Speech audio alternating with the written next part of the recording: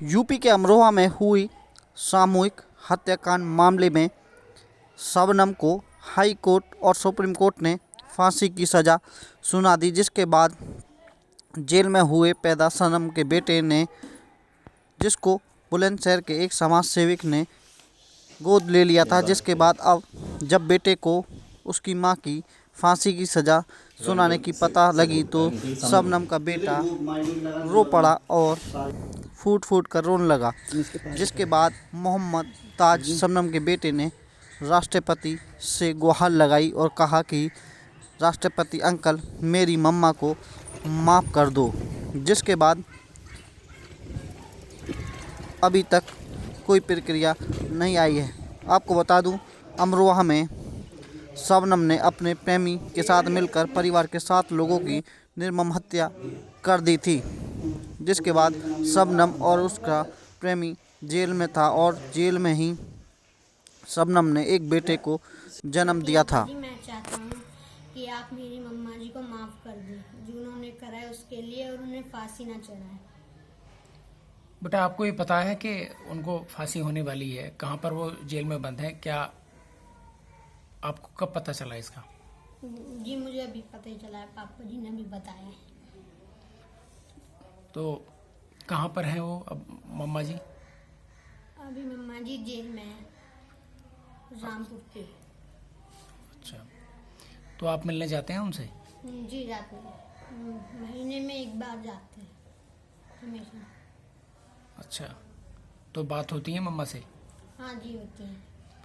आपको प्यार करती हैं? वो कैसी प्यार करती हैं? आप मुझे अपने पास गोदी में बिठा लेती हैं, गले भी लगा लेती हैं, और जब भी मैं जाता हूँ मुझे पैसे भी देती हैं। मैं मना करता हूँ, मानती नहीं, मुझे हमेशा कुछ ना कुछ दे देती हैं वो जब भी मैं जाता हूँ।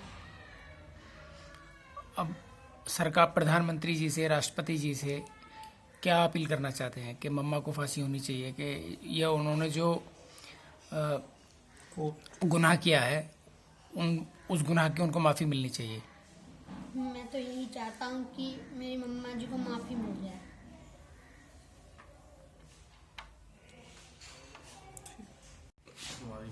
क्या नाम है आपका? मेरा नाम उस्मान सैफी है। आपकी कस्टोडियन में एक बच्चा है शबनम का, जी, तो आपको ये कब जानकारी हुई कि उनको जो है फांसी होने वाली है? ये निचली अदालत से लेकर और सुप्रीम कोर्ट तक लगातार फांसी की सजा ही बरकरार है। इस बीच में राष्ट्रपति के यहाँ भी अपील की गई थी, सुप्रीम कोर्ट में भी लगभग 3 बार अपील की जा चुकी है शबनम की तरफ से, तो हर बार फांसी की सजा ही बरकरार रखी जा रही है।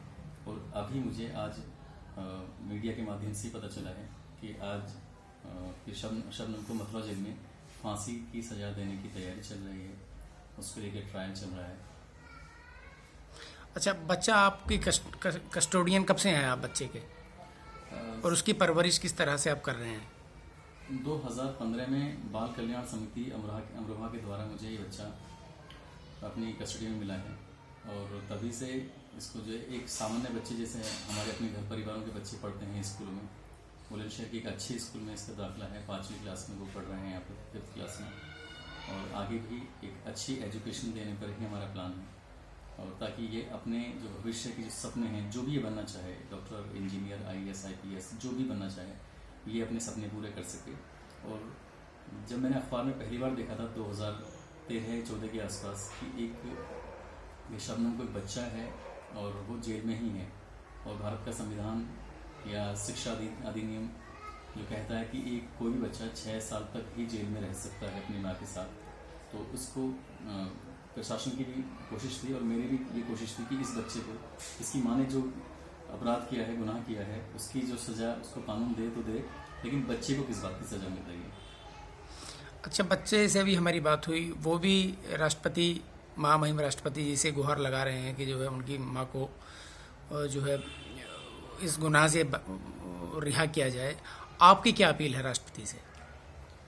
अगर मैं शबनम के रूप में देखूं तो फांसी की सज़ा होनी चाहिए, लेकिन अगर एक माँ के रूप में देखा जाए, क्योंकि मैंने शबनम को हमेशा एक माँ के रूप में देखा है, एक अपराधी के रूप में, मुझे क्योंकि जो अपराध उसने किया है, लेकिन मैं जब भी मिला हूँ तो एक अपने मतलब मोहम्मद ताज को लेके हम लोग जाते रहे हैं, तो माँ मिलती रही है, अपराधी कभी नहीं मिला है। तो मैं तो यही कहूँगा कि शबनम की को फांसी हो जाए और माँ छूट जाए। अच्छा, आपके वो स्कूल में भी पढ़ती थी और आपके गृह जनपद की भी वो रहने वाली हैं, जी। आपके गांव के पास की रहने वाली हैं, तो व्यक्तिगत रूप से वो किस तरह की महिला थी? क्या वो किस नज़र से आप उस जो गुनाह को देखते हैं कि क्रिमिनल माइंड थी या सादगी भरी थी या हेल्पफुल थी? किस तरह की महिला थी वो? शबनम को मैंने 2003-04 में और 5 में लगातार 3 साल, क्योंकि मैंने वहाँ ग्रेजुएशन किया है अपनी एक ही कॉलेज से, तो तब मैंने देखा कि शबनम एक हेल्पफुल लड़की थी, मदद करने वाली। एक बार ऐसे एक मेरे साथ भी किस्सा हुआ था कि उसने मेरी भी हेल्प की थी। और उसके बाद फिर मैंने उसको 2009 में या 8 में जब ये बावनखेड़ी वाला कांड हुआ है जिसमें 7 लोगों की हत्या हुई है, उसके बाद देखा तो ये दोनों में कभी भी यकीन नहीं होता। उसके बाद में 2014 के बाद में मिलता रहा हूँ शबनम से, तो ये दोनों बातें आपस में एकदम विरोधाभासी हैं। और शबनम और ये जो शबनम है, दोनों में बड़ा अंतर है। इसे देखने के बाद लगता ही नहीं कि इसने कोई अपराध नहीं किया होगा। अच्छा, प्रॉपर्टी को लेकर के तमाम सवाल उठते रहे हैं, तो प्रॉपर्टी को लेकर के आपकी कभी शबनम जी से बात हुई कि इसको ट्रस्ट को दे दिया जाए, अपने बच्चे के नाम कर दिया जाए, या क्या स्टेप उठाया जाए ताकि इस प्रॉपर्टी का सही इस्तेमाल किया जा सके? प्रॉपर्टी को लेकर मैं जब ताज को लेके आया था, तभी मुझे पता चला कि शबनम के नाम एक अच्छी खासी प्रॉपर्टी है। लेकिन मेरी 1-2 बार जब शबनम से बात हुई है, तो मैंने यही कहा है कि इस प्रॉपर्टी को आप समाज के हितों के लिए आप इसे दान कर दीजिए, ताकि आने वाले भविष्य में क्यों इसका कोई गलत इस्तेमाल ना हो, कोई इसके बाद कोई खून खराबा ना हो। ये सब कुछ शांत तभी हो पाएगा, और शायद उनके मरने वालों की आत्माओं को भी तभी शायद कहीं उनकी रूह को भी सुकून मिलेगा कि हाँ, ये संपत्ति का इसमें कोई अच्छे काम होंगे, सामाजिक सोशल लेवल के अच्छे काम होंगे, चाहे वो एक अच्छे स्कूल खुलें या हॉस्पिटल बने या चौकी थानों का इसमें निर्माण हो जाए, कुछ भी ऐसे काम जिससे क्या समाज का हित होता है।